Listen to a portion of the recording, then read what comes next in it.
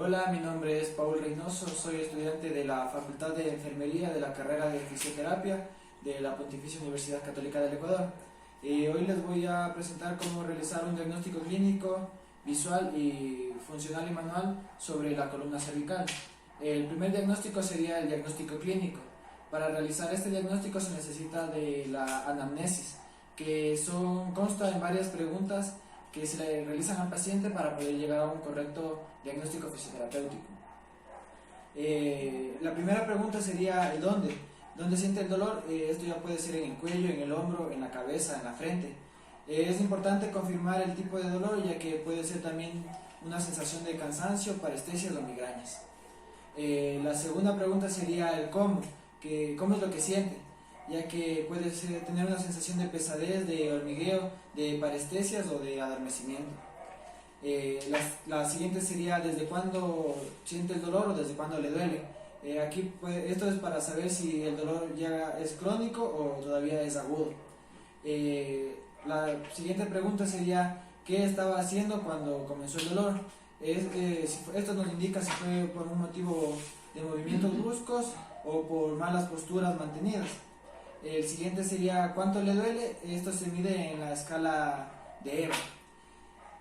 La última pregunta sería ¿de qué tipo es el dolor? Ya que puede ser profundo, que sería un problema articular o visceral, o si es que es un dolor superficial, sería por tejidos blandos, como el músculo, ligamentos, como los tendones.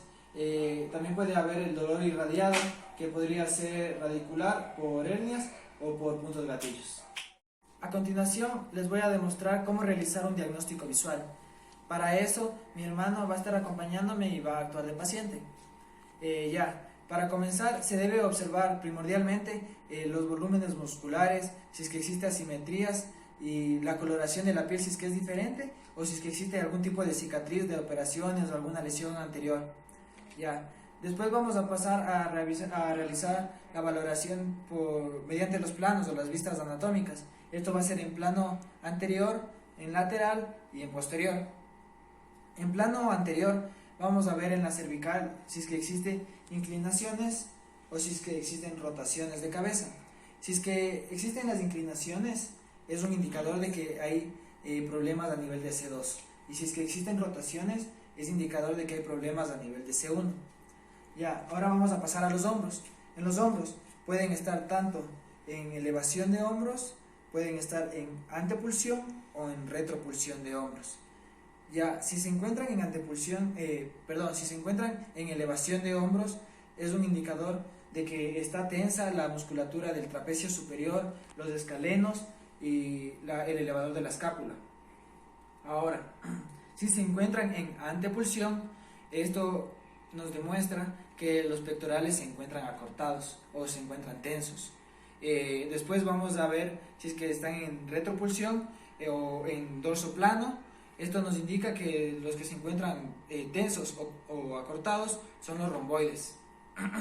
Pasamos a vista lateral, que es de esta manera, viéndolo de este lado. Entonces, aquí se puede confirmar lo que es la antepulsión de hombros, la retropulsión de hombros. Vamos a ver las curvaturas de la columna cervical, como es la cifosis, y vamos a ver si es que existe la rectificación de la curvatura cervical, si es que está en antepulsión o en retropulsión. Después vamos a pasar al plano posterior, que aquí vamos a poder confirmar las inclinaciones, vamos a poder confirmar las rotaciones, o si es que existe el dorso plano, que sería de esta manera, o si es que existe una escoliosis en la columna. Por último, vamos a ver las referencias anatómicas en la cervical. La primera referencia sería la manzana de Adán, que yéndonos hacia la parte posterior, de esta manera, de la manzana de Adán hacia atrás, nos encontramos a nivel de C4.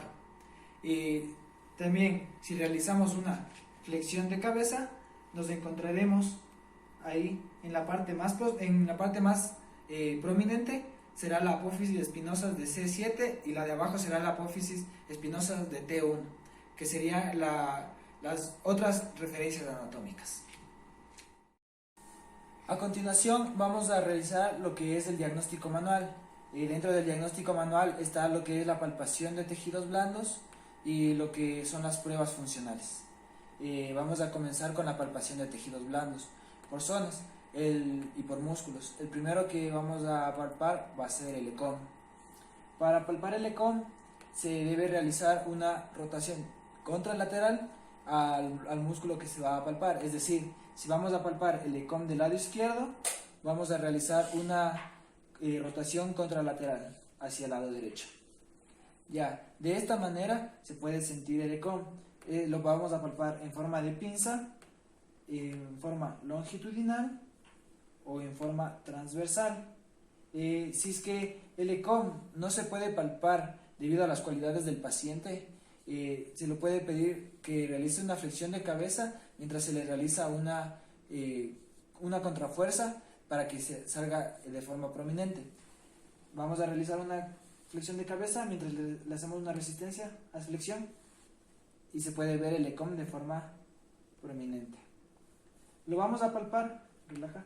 Lo vamos a palpar desde su inserción, desde su origen en la apófisis mastoide, siguiendo su trayecto hasta llegar a la clavícula y parte del manubrio esternal. Esto pasa bastante en pacientes que pasan con la cabeza en flexión, que pasan con la cabeza así agachada. Ya puede ser porque leen mucho, porque pasan en el celular o porque trabajan en una computadora de secretarios o pasan mucho tiempo en la computadora realizando su trabajo. Ya. El siguiente músculo que vamos a palpar van a ser los escalenos. Este se divide en tres, que es el escaleno anterior, el escaleno medio y el escaleno posterior.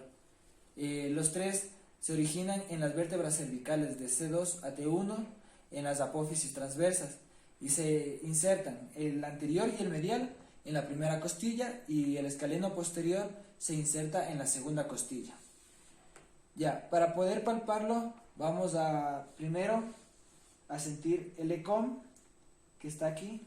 Vamos a sentir el ECOM y justo detrás del ECOM se encuentra este agujero, lo palpamos hacia abajo y aquí se puede sentir aquí se puede sentir detrás de entre el ECOM y el trapecio. Las fibras anteriores y medias se encuentran más hacia adelante y la fibra posterior se encuentra más hacia atrás, justo por delante del trapecio, fibras superiores. Para palpar los anteriores se debe pedir al paciente que haga una inclinación ipsilateral y una rotación al lado contralateral. Entonces vamos a realizar una inclinación ipsilateral y una rotación contralateral. Aquí podemos palpar hacia abajo los músculos escalenos. Ya. Y ahora, para poder palpar el músculo posterior, vamos a pedir que haga una rotación, que haga una inclinación y rotación al mismo lado. Es decir, una inclinación y rotación al mismo lado. De esta manera se puede palpar en la parte posterior. Ya. El siguiente músculo a valorar van a ser los músculos suboccipitales. Estos están justo en la base del cráneo y el paciente debe estar en decúbito supino para poderlo valorar. Después de eso se va a tomar la cabeza en forma de bandeja, de esta manera, relaja, pon sobre mi mano, eso, ya. Justo es por debajo de los puntos de Arnold. Estos son músculos, los suboccipitales se dividen en tres, los que forman el triángulo suboccipital. Estos son el recto posterior del cuello, el oblicuo superior y el oblicuo inferior del cuello. Para palparlo se debe poner al paciente en una rotación contralateral. Entonces, en la base del cráneo encontramos los puntos de Arnold y un poco más abajo se encuentran los músculos suboccipitales. Ya. Esta es una zona bastante dolorosa en personas que de igual manera pasan mucho tiempo con la cabeza flexionada, ya sea por el celular o por la computadora. Estos son casi siempre en personas que trabajan mucho tiempo en oficina. El siguiente que vamos a palpar va a ser el trapecio, que viene de las líneas nucales y se divide en tres fibras. Es el trapecio superior, el trapecio inferior y el trapecio de fibras medias. Que palparemos en esta ocasión va a ser el trapecio superior. Este es por medio de palpación longitudinal, forma transversal o de pinzas. Vamos siempre siguiendo las fibras del músculo, es decir, forma longitudinal, forma transversal o en pinza, que es como normalmente acostumbramos a palpar nosotros siempre, en forma de pinza, todo su trayecto, desde arriba, desde las líneas nucales hacia abajo, palpamos todo el recorrido. Listo. Las próximas que vamos a palpar van a ser las apófisis transversas y espinosas. Para eso el paciente va a tener que estar de cúbito sedente. Por favor, ven para acá. No, párate. Ven para acá. Siéntate ahí. Ya, mete los pies allá.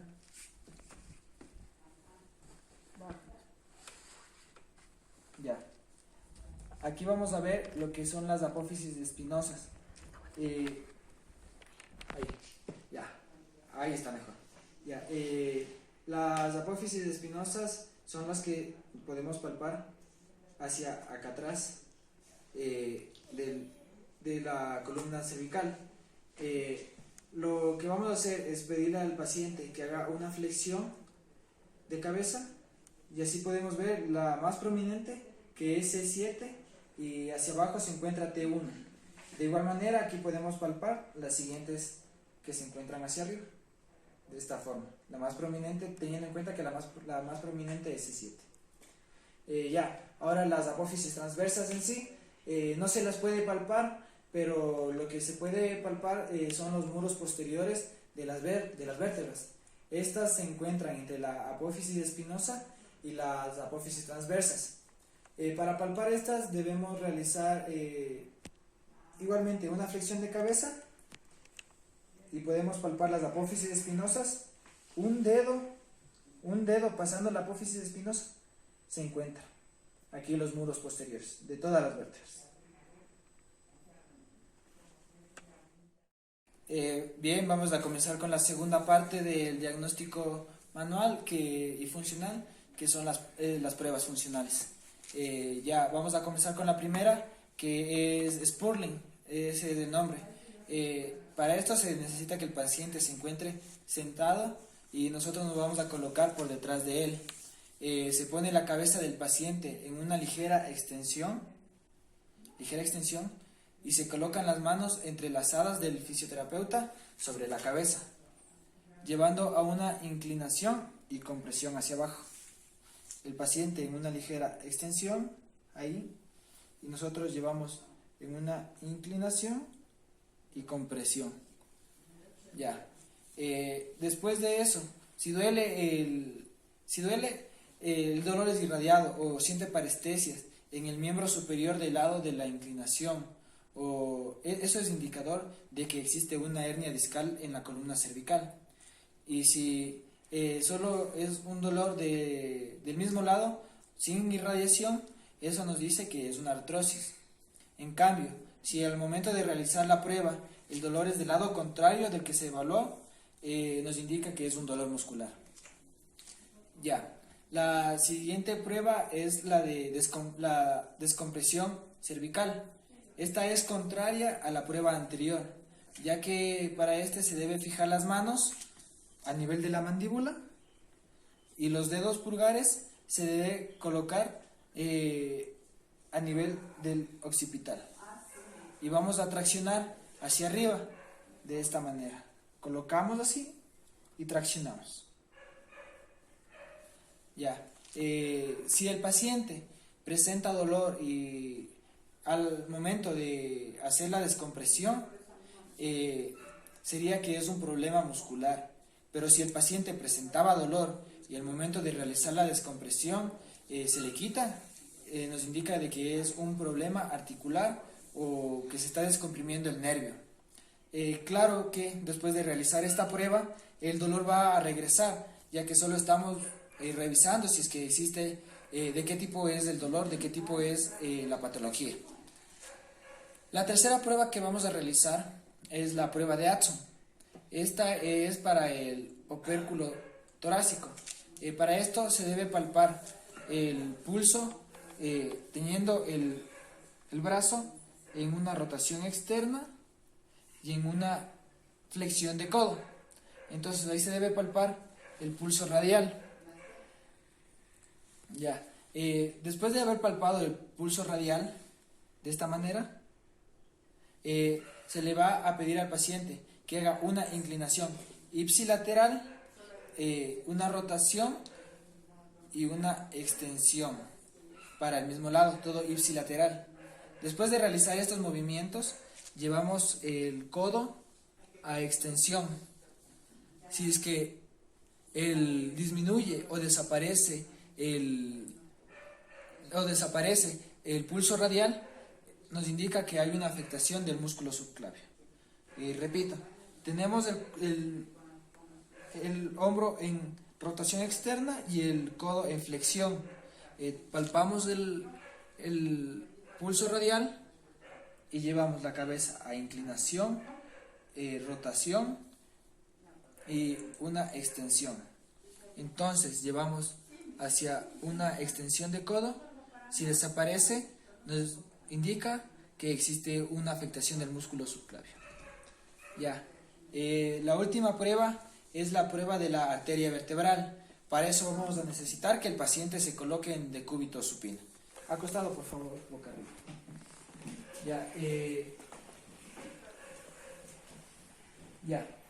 Para eso vamos a inclinar la cabeza al mismo lado del que va a ser valorado. Se le inclina la cabeza al mismo lado, inclinación, una rotación al lado contrario y una extensión. Para eso vamos a pedir al paciente que vengas un poco más para acá, por favor. Ya. Es importante recordar que todo el tiempo nosotros debemos mantener la cabeza del paciente sujetada, porque si nosotros soltamos, la cabeza va a caer y podemos causar lesiones. Entonces, por ende, vamos a necesitar siempre tener nosotros de su cabeza, en forma de bandeja, como la prueba anterior que hicimos. Ya, entonces vamos a llevar a una inclinación, a una rotación contralateral y una ligera extensión. Como podemos ver, este lado es el que se cierra. Entonces vamos a mantener esta postura por unos 10 a 15 segundos y después de eso le vamos a comenzar a realizar preguntas al paciente, como por ejemplo, ¿cuál es tu nombre? ¿Cuántos años tienes? 11 años. ¿En qué colegio estudias? En Apolo. Ya, entonces, si el paciente comienza a tener problemas con el habla, podemos darnos cuenta de que es indicador de que tiene una compresión de la arteria vertebral. Después de 30 segundos de haber realizado esto, lo vamos a realizar para el lado contrario. Entonces, una inclinación, una rotación y una extensión para el lado de acá. Entonces podemos ver que este lado se cierra. Después de unos 15 segundos, de 10 a 15 segundos, le comenzamos a hacer preguntas. ¿Cuántos años tienes? 11 años. ¿En qué sector vives? La Magdalena. ¿Cómo se llama tu mamá? Karina Macías. Ya. Debemos realizar la prueba a ambos lados, ya que en un problema, en un accidente de tránsito, por ejemplo, en un efecto latigazo, pueden comprimirse los dos nervios vertebrales. Por eso es necesario realizarlo de ambos lados.